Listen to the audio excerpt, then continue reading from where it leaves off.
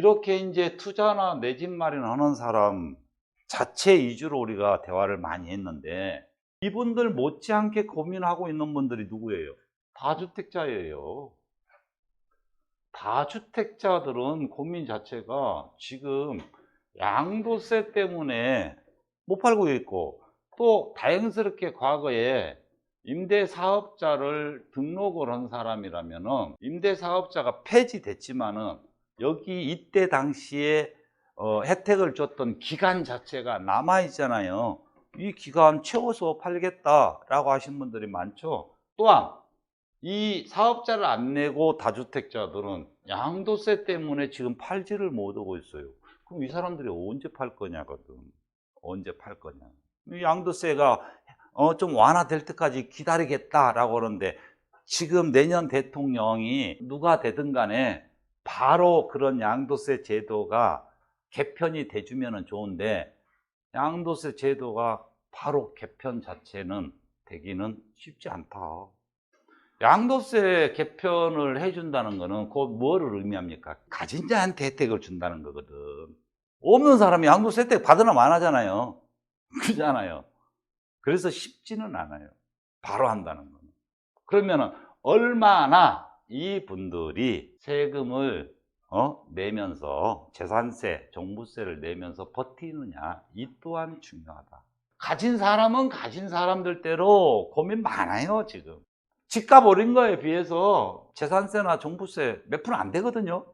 그런데 1억짜리가 100억이 됐다 하더라도 팔았을 때 100억이거든. 그런데 1억짜리가 100억이 됐어도 내 주머니에서 1000만 원 세금 내려면은 불평불만이 생겨. 그게 인간이에요. 그러니까 1억짜리가 100억 됐는데 1000만 원 세금 때문에 정책이 잘못됐다, 뭐가 잘못됐다, 그렇게 하고 있는 거거든요, 사실.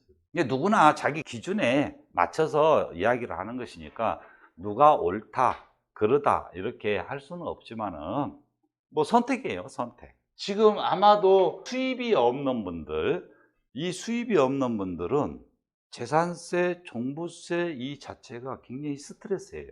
물론 이 자체로만 놓고 보면 가격이 많이 올라가서 기분은 좋죠. 제가 이런 분들도 봤거든요.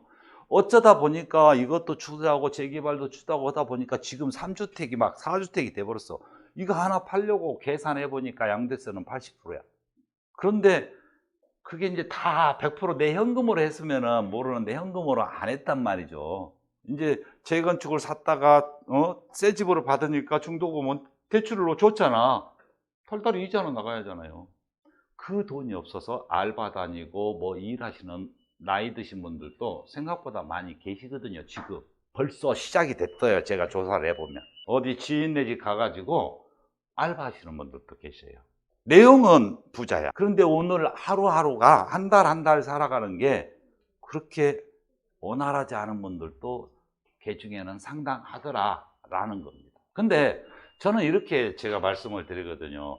나이가 20대, 30대, 40대라면은 아닌 말로 배달 이런 일이라도 하면서 막 해도 즐거워요. 그런데 나이 70 먹어가지고 80 먹어가지고 누구 지인 어떻게 해가지고 돈 몇 푼 그런 것 때문에 알바를 하고 뭘 한다는 거, 이게 참 즐거운 일일까? 내자니 세금이 아깝고 그러니까 생각지 않았던 일을 하게 돼. 그 생각지 않았던 일 자체가 뭐냐? 증여를 하게 되거든. 이게 증여하면서 자녀한테 자 10억짜리인데 5억이 대출이 5억을 준단 말이에요. 그러면서 자녀한테 돈 1억이라도 받으면 좋은데, 현명하신 분들은 받아. 근데 달라소리도 못 오고 또 없어, 자식이. 그러니까 단지 세금 아까워서 내가 증여를 하게 된 거야. 그러다 보니까 자식이 하나 했을 때는 또 문제가 안 되대요. 보니까 둘, 셋 될 때는 꼭 문제가 또 돼. 너무 그게 소문이 안 날 수가 없어, 가족 간에도. 줄 때는요, 받은 사람은 잘해. 그런데 그 효과가 오래 가지는 않더라. 어차피 지금 입장에서는, 자, 2021년 지금 10월이거든요.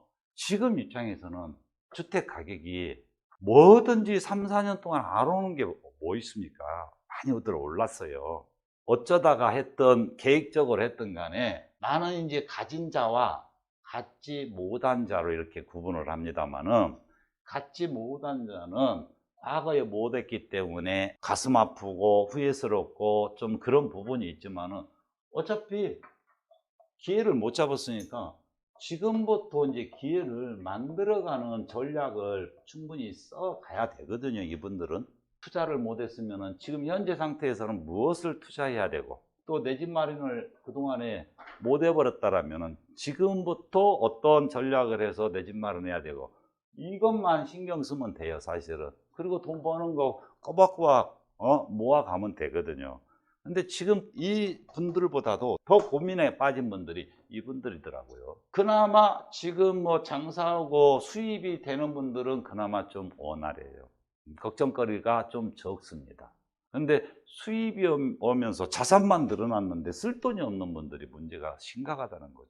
생각보다. 기다리는 것도 좋아요. 그런데 기약이 내일 모레 1, 2년 사이에 이게 만들어진다는 보는데 그렇지 않는다는 거.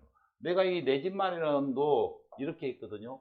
지금 가격이 비쌌는데 언제 사면 돼요? 한 1, 2년 지나면 기회가 옵니까? 기회는 오죠. 오는데요. 그때 못 사거든요. 그래서 내 집 마련이라는 거는 돈이 있을 때 그냥 사라. 이렇게 제가 표현을 해요. 항상. 그래서 지금의 다주택자들이 상당히 고민스러울 때예요. 사실은. 대통령이 바뀌면 바로 이런 세법 자체가 완화되고 뭐가 될 것이다 라고 이렇게 생각하실 수도 있겠지만 그렇지는 않다고 봐요. 그래서 어차피 4, 5년 동안 내가 세금 낼 계산도 안 팔려면, 양도세가 많으면 안 팔려면 세금 낼 계산을 해야죠. 세금 낼 계산.